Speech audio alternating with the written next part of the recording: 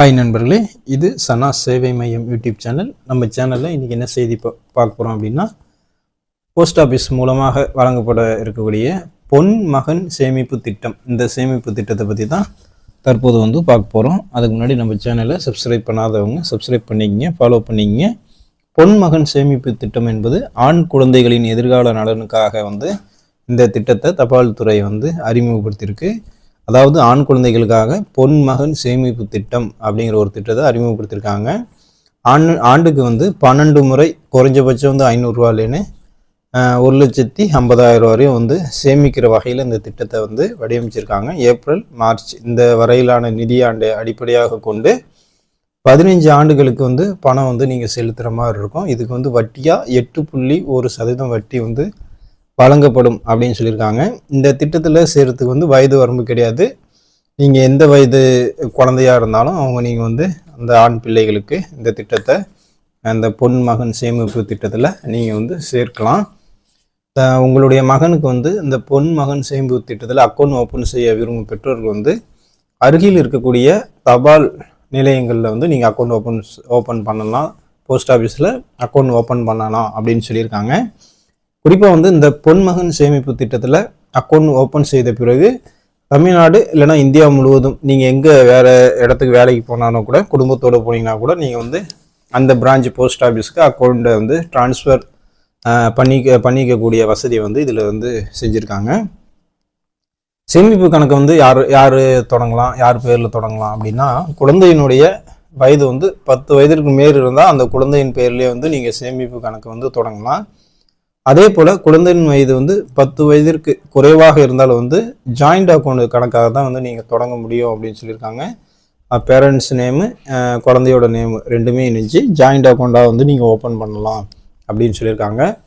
இந்த பொன்மகன் சேமிப்பு திட்டத்தில் கணக்கு வைப்பதற்கு என்னென்ன ஆவணங்கள்லாம் தேவை அப்படின்னு பார்த்தா, குழந்தைகளுடைய அந்த பிறப்பு சான்றிதழ், பெற்றோருடைய முகவரி சான்றிதழ், ஆதார் கார்டு, பேன் கார்டு மற்றும் குழந்தையுடைய புகைப்படம் கண்டிப்பாக தேவை அப்படின்னு சொல்லியிருக்காங்க.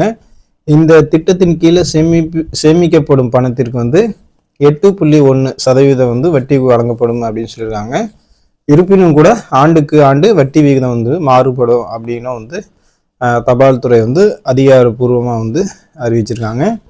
பொன்மகன் சேமிப்பு திட்டத்தை பொறுத்த வரைக்கும் ஆண்டுக்கு 12 முறை குறைஞ்சபட்சம் 500 அதிகபட்சம் 1,50,000 ரூபா வரையும் நீங்கள் சேமிப்பு தொகையை செலுத்தலாம் அப்படின்னு சொல்லியிருக்காங்க. இந்த திட்டத்தின் கீழே கணக்கு தொடங்க வயது வரம்பு இல்லை அப்படிங்கிற மாதிரி அறிவிச்சிருக்காங்க. இந்த திட்டத்தை பொறுத்தவரை 15 ஆண்டுகள் வரை கணக்கு தொடங்கணும். இந்த சேமிப்பு கணக்கில் போடப்படும் பணத்திற்கு நீங்கள் வரி செலுத்த தேவையில்லை அப்படின்னு சொல்லியிருக்காங்க.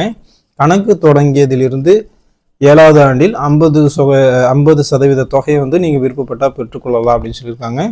இது நீங்கள் அப்படி பெற்றுக்கிட்டிங்கன்னா திருப்பி செலுத்த தேவையில்லைன்னு சொல்லியிருக்காங்க. 15 ஆண்டுகள் முடிந்தவுடன் கணக்கை நீங்கள் முடிச்சுக்கலாம் அப்படிங்கிற மாதிரி சொல்லியிருக்காங்க. தற்போது இந்த திட்டத்தில் முதிர்வு தேதிக்கு முன்பாகவே பணம் செலுத்திய தேதியிலிருந்து 5 ஆண்டுகள் நிறைவு பெற்றிருந்தால் பணத்தை திரும்ப பெறுவதற்கான அனுமதி மத்திய அரசு வழங்கியிருக்காங்க. அதே சமயம் பணத்தை முன்கூட்டியே எடுப்பதற்கான உரிய காரணத்தை நீங்கள் கண்டிப்பாக கூற வேண்டும் அப்படின்னு சொல்லியிருக்காங்க. இந்த திட்டத்தில் செலுத்தப்படும் தொகைக்கு 80C பிரிவில் வருமான வரியிலேன்னு விலக்கும் இந்த திட்டத்துக்கு அறிவிச்சிருக்காங்க. பொன்மகன் சேமிப்பு திட்டம், இந்த திட்டத்தில் நீங்கள் விருப்பம் இருந்துச்சுன்னா உங்கள் குழந்தைகள் நலனுக்காக, வருங்கால நலனுக்காக நீங்கள் சேர்ந்துக்குங்க. இது ஒரு குழந்தைகளுக்காக நீங்கள் உதாரணத்துக்கு ஒரு 1000 ரூபா மாதம் கட்டுறீங்க அப்படின்னா வருஷத்துக்கு 12,000 ரூபா ஆகுது.